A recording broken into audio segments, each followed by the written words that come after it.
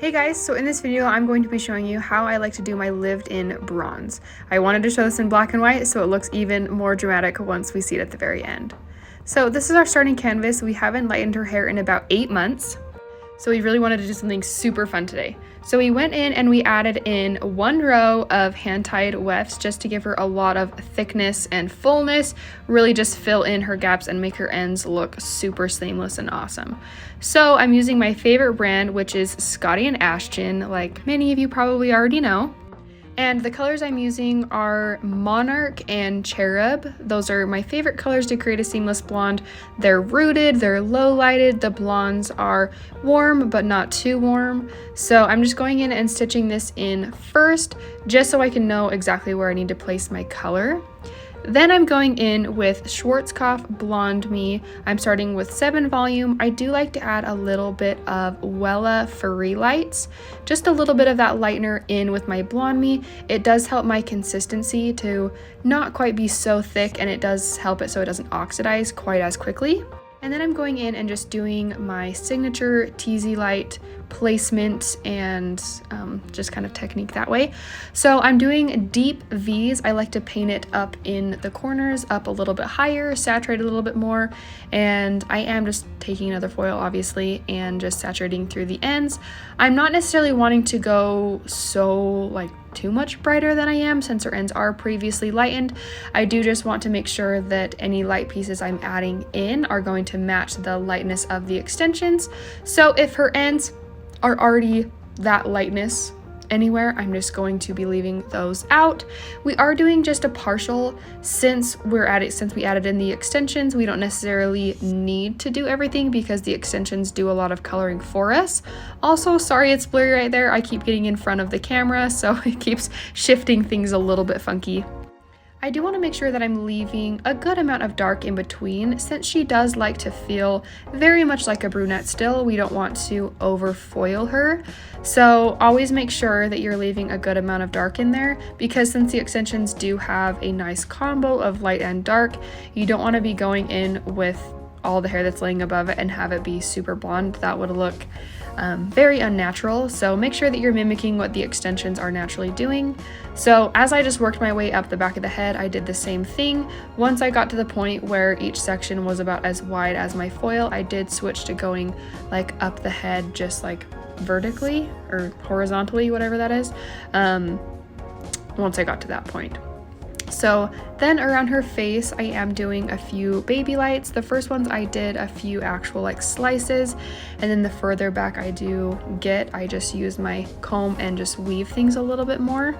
Because whenever I'm doing a Bronde or something that's a little bit more lived in, I want there to be a little bit more impact right at the front of the face, and then just gradually have a little bit more depth and dimension the further back we get.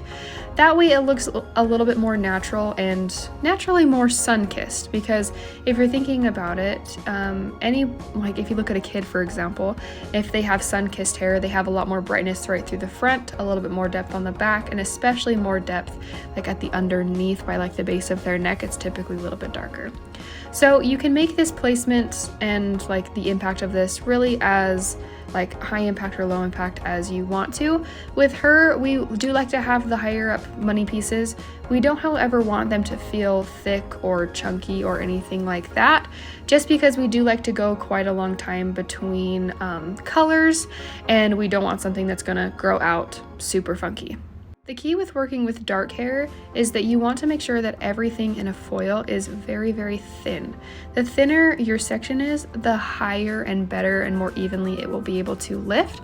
So with her, since I'm just doing pretty much like the same like little tiny slices, make sure that you're doing them in little slice form. That will get them much brighter and just much more seamless. After I do a few just back-to-back slices, I do like to go in and just do like my tiny little micro weave. I am using my self-sectioning comb.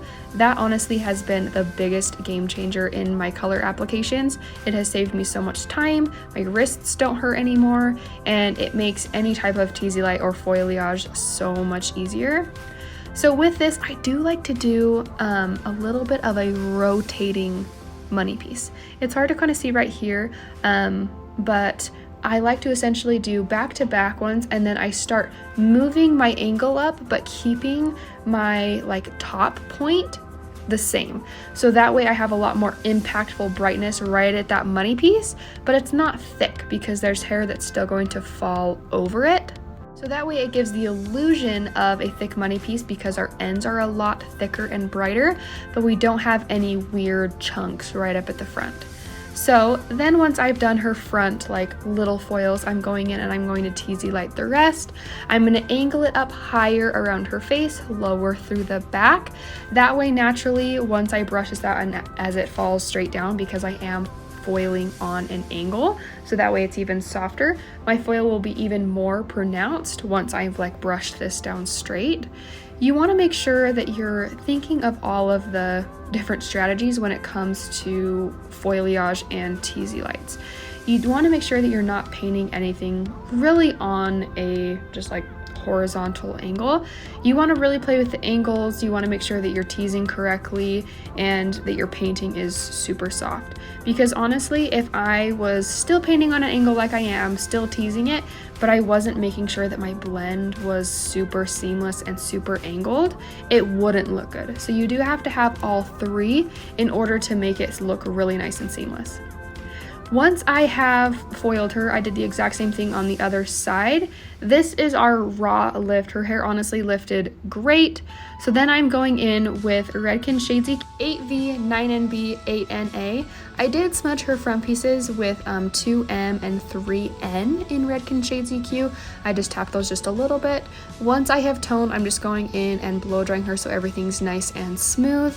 Then I always like to go in and do my signature curls. I do use my Babyliss 1-inch curling iron. This is my favorite because you can get those really seamless loose curls, but you can also get like those tight curls just depending on what people are wanting.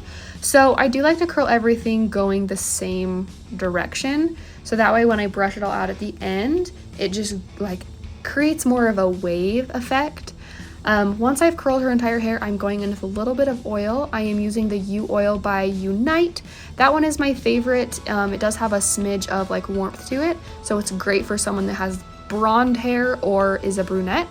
Then I do like to brush it out completely. Normally I do start with my fingers, and if that doesn't take it out quite as much as I would like, I do go in with my Olivia Garden brush. I'm going in with my Unite glossing spray.